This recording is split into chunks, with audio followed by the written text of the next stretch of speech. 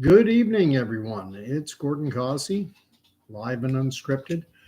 Once again, today is the 28th of February, 2024. Taking a break from my joke videos, getting back to more serious topics. And Candy appears to be over her skittishness. She's there. She is. You pop, lay down, speak.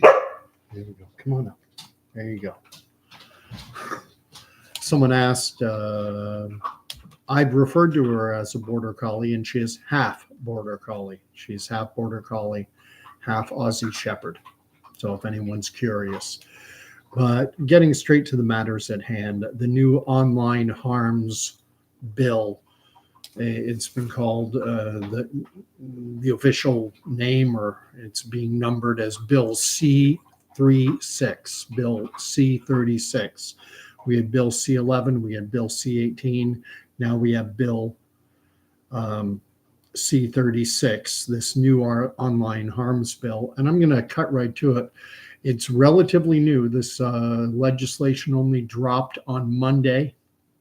I had heard just before it I think on Sunday, Michelle Rempel Gardner, who is Alberta area Conservative MP, put out a video talking about this bill, and she was talking about it as if it was rumored, saying it was rumored, strongly rumored, everyone's talking about it, and within hours it dropped. And I have the article open here. The link is down below. The way they're framing this in the media, the headline is long-awaited online's harm bill proposes higher sentences for spreading hate online. And right there in the title, there's programming, conditioning, framing of the narrative. What CBC is attempting to put forth to the great unwashed, like myself and anyone watching this, is that, Canadians have been waiting for this. No, we haven't. Not the majority of us. And it says that the subtitle is that legislation would establish a 5-member digital safety commission to enforce new rules. I'm just going to read a bit of the article. The Liberal government is proposing heavier sentences, new regulatory bodies, and changes to a number of laws in new legislation to tackle online abuse. The Online Harms Act, tabled Monday, proposes to police 7 categories of quote-unquote harmful content online. Those categories include content used to bully a child and content that encourages a child to harm themselves. Now, right there,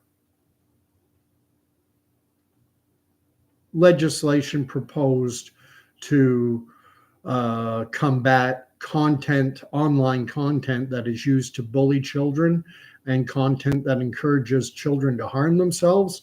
I don't think there are many, and probably not any, individuals who would be opposed to that.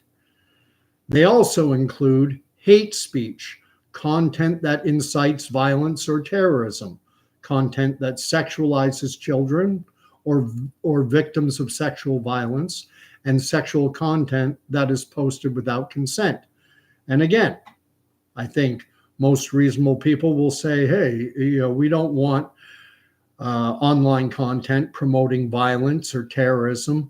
We don't want content that sexualizes children or victims of sexual violence. And we don't want sexual content posted online. I don't think sexual content should be posted online at all, but they're saying without consent.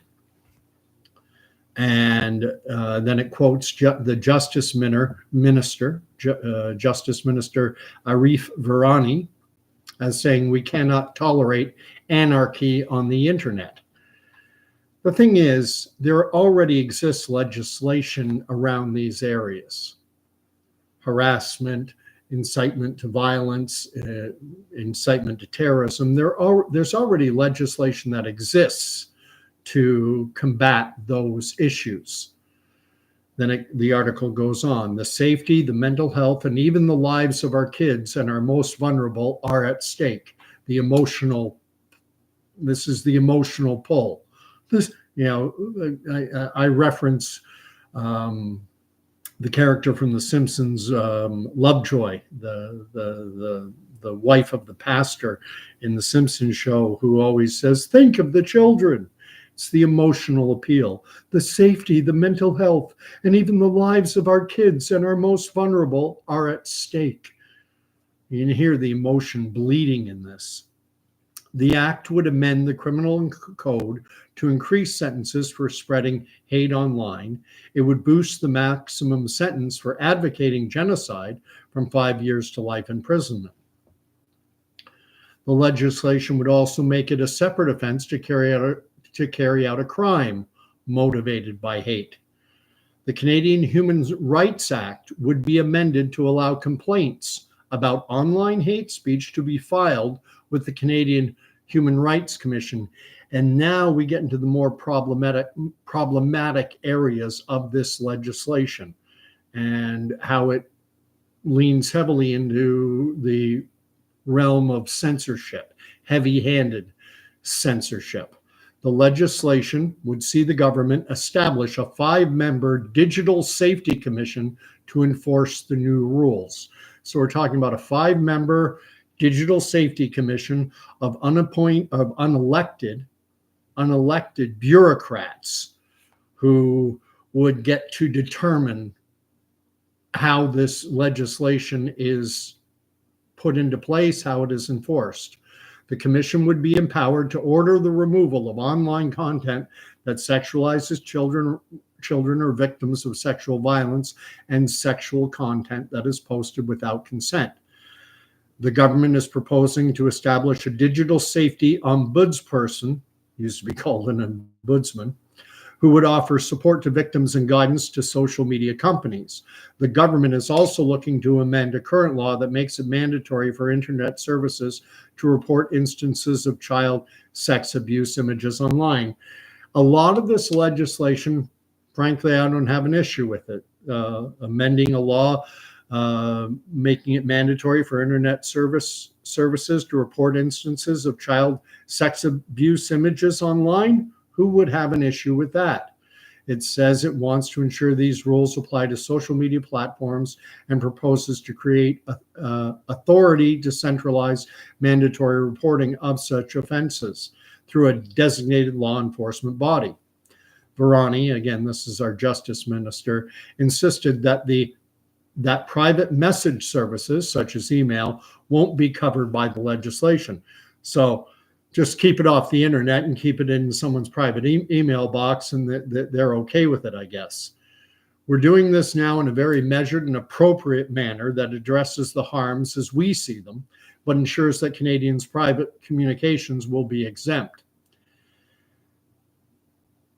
The legislation would impose new responsibilities on online platforms. Companies would be expected to assess, minimize, and report risks to users and provide tools to allow users to flag harmful content. I'm going to get into the meat of this because there are big issues with this legislation.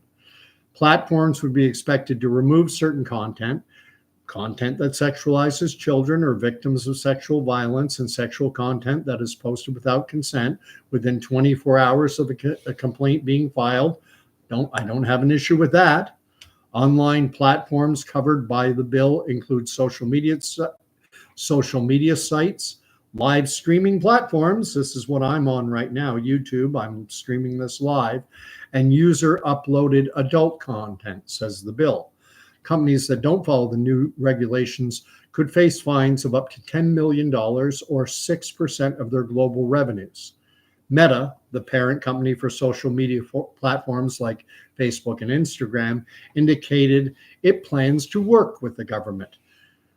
Quote, "We support the federal government's goal of helping young people have safe, positive experiences online and have spent more than a decade developing industry-leading tools and policies to protect them. We look forward to collaborating with lawmakers and industry peers on our long-standing priority to keep Canadians safe." The government's going to keep you safe. That's the overriding message of this. It's a scary world, but Big Brother government is going to be there to keep you safe. I'm going to cut right to the problem I have with this legislation, and it's with respect to hate. Who gets to define what is hateful? On my channel, I have several times stated the opinion, the view, that there are two genders. There are males and there are females. I don't wish to be unkind. The issue of what used to be referred to as gender dysphoria has always existed throughout all of human history. There have always been men who feel that they were born into the wrong body, that they should have been born women. This has existed throughout all of human history. And likewise, women who felt they should have been born as men. And again, that has always existed. There's nothing new under the sun. The only difference is now is that society writ large is expected to ignore biological reality and biological reality becomes superseded by a person's subjective feelings. So an individual who believes they were born into the wrong body, that they should have been born a girl, but they were born a guy, that they can express themselves in a female manner. And I don't have an issue with that. If a guy wants to wear a dress, we live in a free and democratic society. I don't believe in dress codes. You know, if a guy wants to wear a dress, fill your boots. However, if a guy wants to use the locker room, shower, changing facilities in a local health club, facilities that are designated for women, now I do have an issue. And the question I have is expressing that opinion now going to be deemed hate speech? Because that's the way it's presented in our media, that to not affirm an individual's gender identity is hateful. And I don't hate these individuals who are suffering from gender dysphoria, but my compassion does not extend so far as to trash all over the rights of women and girls. I guess in that respect, you could call me a feminist, a bit of a patriarchal feminist, if you like. But, and there are all manner we have seen censorship employed by a convergence of media, government, and academia to foist lies on Canadians and the entire world, predominantly the Western world. We've had lie after lie after lie foisted upon us. The COVID era brought it blatantly right out in the open. It's gone on forever, but with COVID, it just reached a new level because right from the very beginning, it was presented as fact within any media outlet. The novel coronavirus, SARS-CoV-2, which originated from a wet market in Wuhan, China, and was the result of a bat interacting with a human being, with the virus jumping from the bat to the human, that was presented as fact. And it was not fact, and it is still not fact. I will allow that one can still hold the opinion that that's a possible origin of SARS-CoV-2, even though there's absolutely zero evidence to support it. They have done massive testing on bat populations far and wide, looking to find this SARS-CoV-2 virus in a bat population, and they have come up completely empty, zero, nothing, no evidence whatsoever to support the contention. But that doesn't mean someone can't believe Just because we haven't proven it yet doesn't mean it's not true. Just because we can't find any evidence of it doesn't mean it's not true. Maybe it's just that we haven't found that one specific bat. We haven't found that bat population with SARS-CoV-2 existing in it. But when they present individuals, I'm talking about Robert Redfield, the head of the CDC, who believes that SARS-CoV-2 was created in a lab. He was accused and slandered and people were told he was spreading misinformation. The same with Dr. Luc Montagnier, a Nobel Prize winning virologist from France, who won the Nobel Prize back, I guess, in the 80s or early 90s for isolating HIV, the human immunodeficiency virus that causes AIDS. You know, highly accredited, highly acclaimed virologist. And he shared the same opinion as Dr. Redfield and countless others that the most likely origin of SARS-CoV-2 was not a wet market. It was not jumping from a bat to a human, but it was rather a virus that was created in a lab through either something called 1, directed evolution, or 2, gain of function experimentation and research. To me, those two terms, directed evolution or gain of function, are one and the same thing with my limited knowledge of medical science. But we're directing evolution, and we're trying to direct evolution so that this virus will become more transmissible, or we're trying to increase its function in the area of transmissibility. Well, call it, stick whatever label on it you want. To me, it's the same thing, but we were not allowed to say it. Later, after all the lockdowns had been imposed, there were 2 doctors who run an emergency care clinic in Bakersfield, California. One of them is named Dr. Erickson. I don't remember the name of the other gentleman. And they did a press conference for the local media in the Bakersfield area. And they were citing research that had been conducted by Stanford, led by one of the world's leading epidemiologists, a man by the name of John Ioannidis.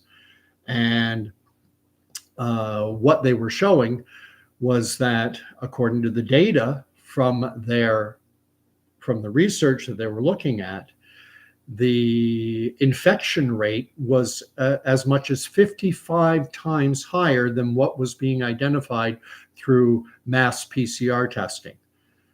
And what that meant, I mean, the whole COVID psyop, which is what it was, a psychological operation coordinated between academia, government, and media to frighten the bejeebers out of the population, to scare the crap out of everyone about the mouse that roared, about this SARS-CoV-2 bug, a respiratory virus like an influenza.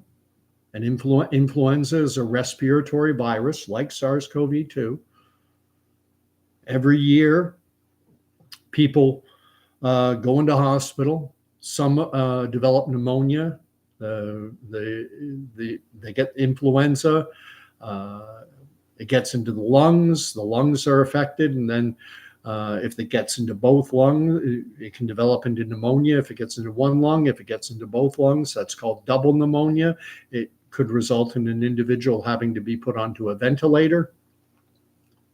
All this stuff existed before, but it was weaponized and used to scare the living crap out of the population, and no one was allowed to counter the narrative. If they did, they were censored, slandered, deplatformed, and ridiculed and maligned. And it was disgusting in a free and democratic society that this could go on. In a country like Canada, I dove very heavily into this over, a good 3+ year period. And, it just came out recently, famously, that Dr. Phil, who I'm neither here nor there on him, but he was on this show, I think it's called The View, with Whoopi Goldberg and some others. And he was saying that the harms caused to children by lockdown measures and such, that it far outweighed any potential harms from an infection with SARS-CoV-2. And the panel of Whoopi Goldberg and the rest of these woke left liberal ideologues were in total defense mode. Even if we saved one person, even if one 89-year-old who doesn't know what day of the week it is, if it meant another 3 weeks of diaper changes for them, it was worth it to force a child to shelter in place in an abusive relationship with their abuser, all while calling booze, liquor, alcohol essential. And so Trudeau, a while ago, he was doing an interview, and he was complaining about the fact that in days gone by, Canadians were able to agree on the facts of any particular issue of the day, because the facts would be presented by the CBC, CTV Globals of the world. They would present to Canadian the facts, and we would agree. And now in this internet age, with so many alternative media platforms available, that people are able to access differing opinions. And this is a bad thing, according to Trudeau. He thinks it's bad that we're all not just herded toward CBC, CTV, and Global, and that they just can't program us, that they just can't herd us in whatever direction they wish.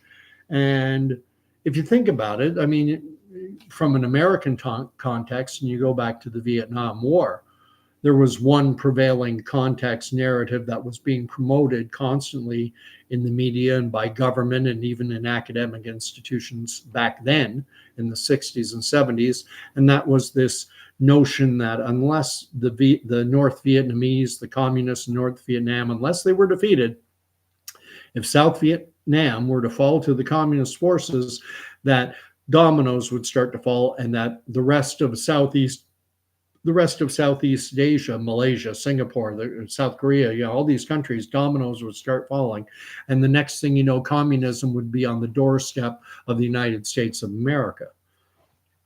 And that narrative was allowed to be promoted heavily in the media, heavily by government officials, and even in academic institutions. And it was only the young hippie population that, when so many bodies started coming back, that they started to push back against that narrative, and they started to dig, and they started to research, and they started to learn, and they discovered what a crock it was, and they remembered what former President Eisenhower had said when he left the White House about the dangers of the industrial military complex infiltrating the corridors of power in Washington and directing foreign policy to their benefit and not to the benefit of the American people. And then you can go to the first Persian Gulf War, when Iraq had invaded Kuwait, and all the lies that were promulgated during that era. I mean, at first they tried to say that we have to go and liberate Kuwait because we're fighting for democracy, but some sharp minds were able to look through that and say, wait a minute, Kuwait's an emirate state, it's a kingdom, it's not fighting for democracy. And then they said, well, Saddam Hussein and his Republican Guard, they represent a major threat to world health or world security, world peace and security. We have to stop them. And again, some sharp individuals were able to see through that and to say, well, wait a minute, Iraq fought a 7-8 year long war with Iran, a regional power, and nothing happened. They traded like a mile worth of territory. It was basically a stalemate. They couldn't even beat a little regional power. And this is a major threat to world peace and security. Give me a break. And then finally they said what they managed to do. The Bush administration, George Bush Sr., the elder, George H.W. Bush, his administration hired a PR agency, public relations firm, and they had a member of the Kuwait royal family, a young girl of about 12 or 13, and she addressed a joint session of Congress, the House and Senate together, and told the world, because it was televised, that Iraqi soldiers were throwing babies out of incubators. And that got everyone's juices flowing for a war. And Patriot missiles started flying off the shelves, and the industrial military complex. I consider that war something of a trade show for the arms industry. And but they got what they wanted, and then only later did we find out that this story about babies being thrown out of incubators was a fabrication. It was the creation of a PR agency that had been engaged to sell the war to the American population and to the world at large.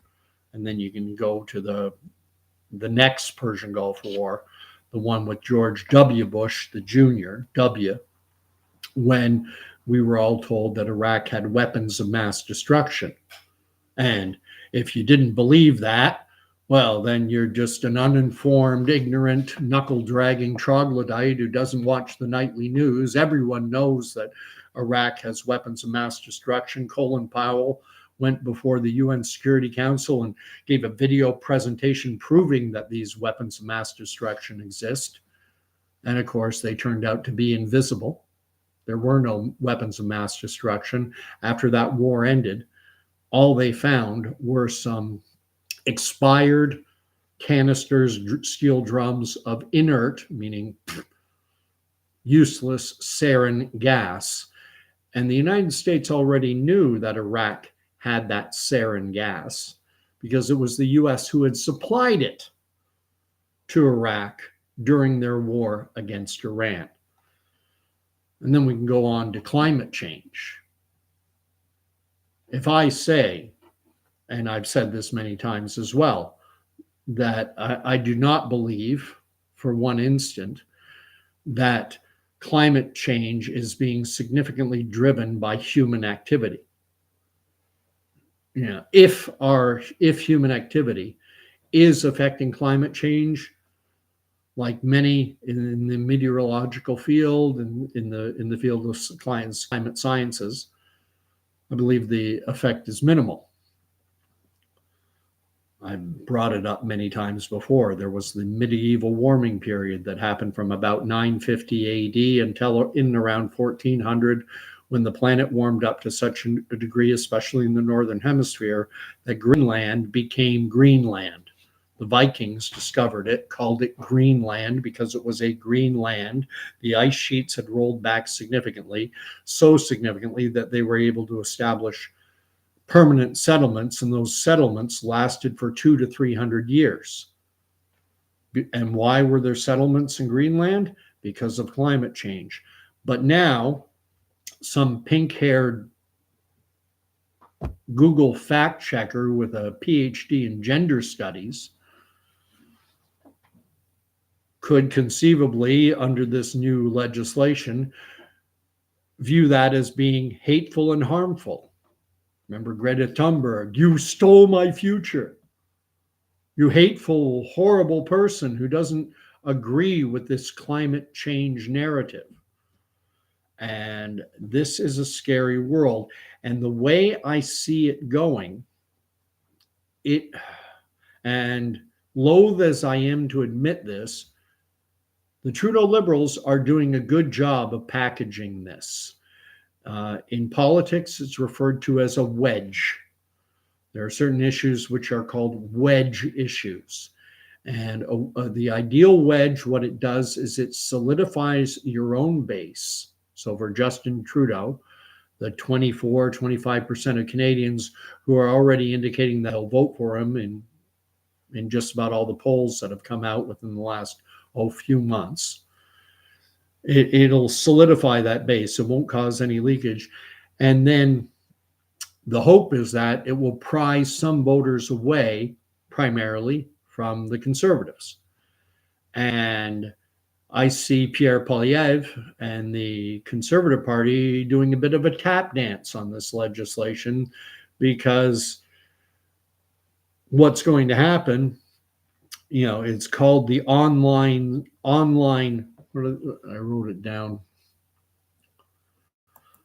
What is it? The Online Harms Act, Online Harms Bill. Oh, you're in favor of online harms? You're in favor of hate speech? You're in favor of, and it has the potential to put Pierre Poilievre and the conservatives in general on the defensive and having to defend their position. It allows the Liberals to attack. And the simple fact of the matter is, ultimately, when it comes to a vote in the House of Commons, the Liberals have the seats, they have the votes that they need. I just looked at it the other day just to double check the numbers. The Liberals in our 338 seat legislature, meaning 170 votes are what is needed. If everyone in the legislature votes, you need 170 votes. The Liberals already have 156 sitting members, so they only need 14 more votes for legislation to pass, and that's if everyone votes. I mean, at times parties can abstain, they can withdraw, and you just have to have 50% plus one of the votes cast. So if everyone votes, they can get, the Bloc Québécois has 32 seats, the NDP has 25.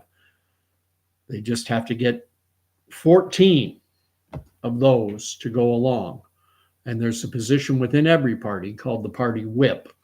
And the whip will, even if there are intelligent, sentient Liberal members who realize the dangers of this legislation, this Bill C-36, and the Orwellian aspect to it. This idea of, basically we're talking about the thought police now. And this is scary. But I don't think most Canadians see it's kind of like COVID. COVID started being reported on in December of 2019, January 2020, February 2020. It was out there, but no one was worried about it because it wasn't right in front of our face. There was no immediate impact. There was no tangible effect on our day-to-day lives. People were busy watching the Raptors, watching the Leafs, watching their streaming shows and going to work and doing their shopping and going on vacation. So life was going on as normal. And then bang, March 17th, 18th, stay home. You're not allowed to leave your house. Shelter in place. Abused children, shelter in place with your abusers. But don't worry, that abuser will still have access to booze. We'll keep the liquor stores open for them, but we're going to close that little mom and pop shop, that little hardware store, that little gift store, because that'll stop it. But the Amazon warehouse with hundreds of employees going in 24/7, armies of workers, that's fine. Wouldn't take away anyone's Amazon, but will. The owner of a health studio, of a hair salon, of a little restaurant, we're going to destroy them. This is scary, scary stuff, but most people won't wake up to it until it hits them directly in the face. And as we saw during COVID, the mob mentality takes over. And there's a herd mentality. And the media and our government and the academic institutions are all herding everyone in one direction. And speaking as one who bucked it, I started going to church services far and wide, where there were congregations who were meeting in defiance of the lockdown measures and not requiring distancing or masking or any of the nonsense, and showing the science to be fiction, because no one was getting sick, no one's dying, everyone's acting normal. And you certainly couldn't have that. Couldn't have congregations like Pastor Coates out in Edmonton, with his congregation of 300-400 people showing up week after week, month after month, poking their eye in the bogus science that was being rammed down everyone's throat. So they came down hard on him, threw him in jail, I think for weeks, certainly. I think he was in jail for months, for a month or two. Tim Stevens was another one from Calgary, Alberta. Took him away in front of his crying children, a pastor of a Baptist church. For what? For gathering in a park, for gathering in Ralph Klein Park in Calgary, Alberta. And we've come through that. We've come through it and put it behind us, but are we any smarter? I don't think so. And so ultimately, what I think is going to happen is that some good people like Tim Coates, like Pastor Stevens, like others who publicly defied the COVID mandates. If you want to affirm two genders, there could be a price. If you're going to affirm that climate changes, there is cyclical climate change. It's happened throughout all this entire planet's history. We go through periods of warming and cooling, and right now we're in a warming trend.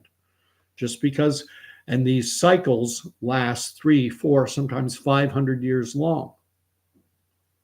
And so just because, it's not normal during your lifetime, well, your lifetime is but a mere speck over a warming or a cooling cycle. The medieval warming period lasted from 950 AD till in and around 1400. Then we went into a period called the Little Ice Age. It lasted from 1400 till in and around 1800. And then sometime in the late 1700s, early 1800s, we entered now this current warming trend. We're 200 plus years into it, but these trends last 3, 4, sometimes 500 years. So we could have more warming to come. And we can make the northern hemisphere, where people rely on natural gas and oil and things to heat their homes and to live. That's why we can live in countries like Canada and Sweden, Norway, Denmark, north countries in the northern hemisphere. We need heat. And this making carbon the big bad boogeyman, it'll be interesting to see. I've had videos taken down before. I'm not putting myself forth as an expert. I listen to experts. I read them. I listen to them being interviewed, and then I form my own opinions. But in order to do that, in order to be an autonomous individual in today's world, you need access to all the information. And what Justin Trudeau and Jagmeet Singh and this cadre of left-wing liberal ideologues want to do is to restrict the ability of individuals such as myself to access information across the spectrum. And they only want me to be able to see what they prescribe, what they decide. And then I cannot make an informed decision. The reason I didn't get the COVID shots was because I listened to individuals like Dr. Geert Vanden Bosch, Dr. Byron Bridle, Dr. Francis Christian, Dr. Michael Yeadon, and countless others, Dr. Ryan Cole. I listened to voices that were being silenced, slandered, and I don't have a background in virology, immunology, or any other ology, but I have an intellect. I do not have any degrees in science, but I'm not scientifically illiterate. I know what a double-blind placebo-controlled trial is, and I know how they work. I don't need government there to hold my hand. And I think that represents the big divide between the conservative and the liberal mindset, broadly speaking. Liberals look upon the government as being there to solve all their problems. Conservative-minded individuals see government as the problem. and it's government that has to get out of the way, and we'll solve our own problems. I mean, what are the issues affecting Canadians today? A big one is affordability. They've heaped on all these carbon taxes, making life unaffordable for a lot of people. But then the government comes along after creating this unaffordability, and they say, well, we're going to give you some of your money back. And some individuals will say, oh, yay, the Liberals are so nice. They're giving me back some of my money. They're solving my problems. They created the problem, and they pretend to solve it by taking $10 out of your pocket, then giving you $6 back. Oh, thank you. Anyway, that's enough. I would love to see some discussion on this. I do have some people watching. The live chat is on. You're welcome to comment on this. And the comment field is open down below. It's not coming at us like a freight train. It's coming at us slow. It's in the background right now. And the subliminal messaging, long-awaited online harms bill, long-awaited. Were you waiting for this? Were you waiting for the government to further place restrictions on free speech? I mean, we've already seen what's happened with COVID in terms of right now, I cannot share news articles on, I don't use Instagram, but if I did, I can't share a news article on there or on Facebook, two of the most popular social media platforms out there. I'm not allowed to share news items. And I used to share a lot of news items, including quite often, typically, my own take on it. Check out this yellow journalism by CBC and check out all the lies, and I would dissect it. Can't do that anymore. Can't share that article. And that's significant because back in October of 2021, CBC, CTV Global, the usual suspects, reported on a press conference held by Dena Hinshaw, who used to be the chief medical officer of health for Alberta. And she, at this press conference, had announced that Alberta had just had its youngest ever death from COVID, a 14-year-old. So he had underlying health issues, but it was a COVID death. He died of COVID. And these vaccines are coming out soon. So make sure you get your kid, you roll up your kid's sleeve and get them injected with an agent. We later find out from our own government of Canada that it was rushed through development without the proper testing being done. That wasn't known at the time. They were telling us at that time that they weren't rushed. That all the normal, it was tested in the same manner as any other drug or agent. If that's true, then why did Pfizer and Moderna and AstraZeneca and Johnson & Johnson, why did they all require that their contract signed with the government be hidden from the public? Anyway, what happened was she went live with this. She went big press conference, reported in all the major media outlets about a 14-year-old dying of COVID, scaring the crap out of parents and getting them all compliant to get their kids to take this mRNA stuff. And it was only because this lad who died, his name was Nathaniel Spitzer, Spitzer. Tragic case. But God bless his two sisters. They went to CBC, CTV, Global. They went to Alberta Health Services, and they said, our brother, you're talking about our brother, and he didn't die of COVID. He had stage 4, inoperable, terminal brain cancer. He was in palliative care. He was receiving end-of-life care, probably on a morphine drip, just to keep him comfortable. They fully knew that this child was going to die. And what they did is they subjected this child to a PCR test, to a nasal colonoscopy, just 2 days before his fully expected passing, and then they tried to blame the death on COVID. And his two sisters went to the Globals, the CTVs, the CBCs, and Alberta Health Services, and they're screaming at them, why are you lying about our brother? And they ignored them. But then these two sisters went to an alternative media outlet in Alberta called the Western Standard. And the Western Standard ran the story, and it was shared far and wide on Instagram, on Facebook, on Twitter. Government lied, calling a 14-year-old child's death COVID when it wasn't, and when it was terminal stage 4 inoperable brain cancer. And it was only because of that article in the Western Standard and the manner in which it spread far and wide that Dena Hinshaw was forced to issue a retraction, stating that, we made a mistake. It was an error in judgment. If you watch my channel, you'll know I don't like to swear too much, but in this case, it's fully warranted. Bull fucking shit.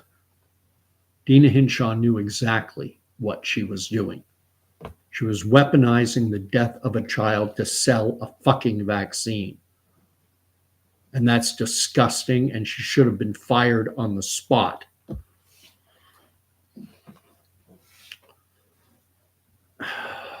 Sorry for that. I don't hate Dena Hinshaw. I hate what she did and what our media did. And now because of Bill C-11, C-18, you can't, if that same situation repeats, there's no capacity for Canadians on social media platforms to spread that news the way they did when the Western Standard ran that story. And this is Orwellian.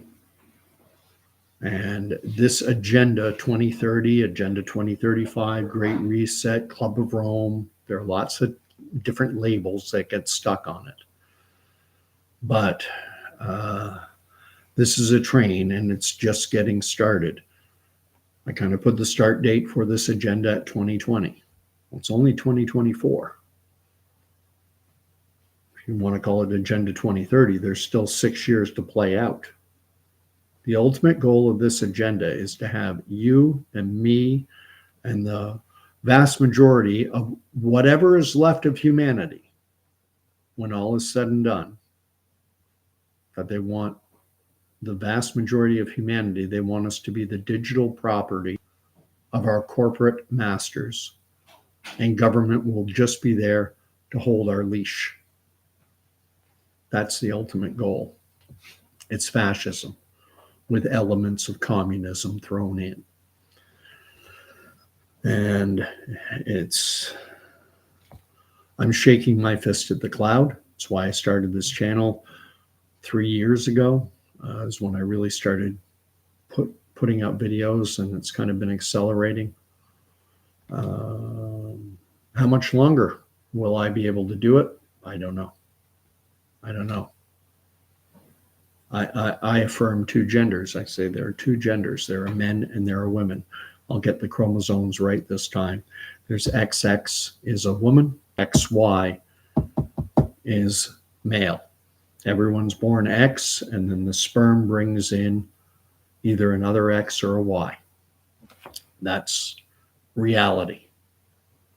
And there is a very rare condition referred to as intersex, where the chromosomes get screwed up. An individual can be born with internal female organs and outer male genitalia. It's an incredibly rare condition that's dealt with medically, often through surgery.